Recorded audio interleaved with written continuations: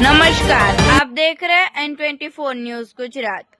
सूरत शहर में गांधी निर्वाण दिन के निमित्त पर आम आदमी पार्टी द्वारा चौक बाजार पर गांधी प्रतिमा पर पुष्पांजलि कार्यक्रम आयोजित हुआ।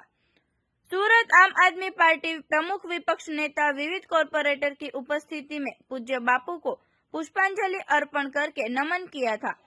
सत्य, अहिंसा, परम धर्म ऐसे पूज्य बापू के विचारों को याद करके सभी ने नतमस्तक वंदन किया था।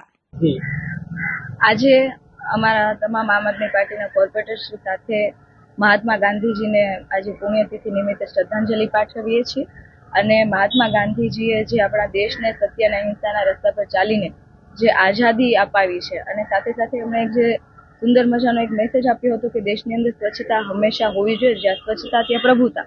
તો બસ એટલી પ્રાર્થના કરીએ કે દેશની અંદર થઈ રહેલા ભ્રષ્ટાચાર, બેઈમાની, જે આતંક વધી રહ્યો છે ભ્રષ્ટાચારનો, તમામ સફાઈ થાય એવી प्रार्थना સાથે પૂજ્ય બાપુને અમે શ્રદ્ધાંજલિ પાઠવીએ છીએ।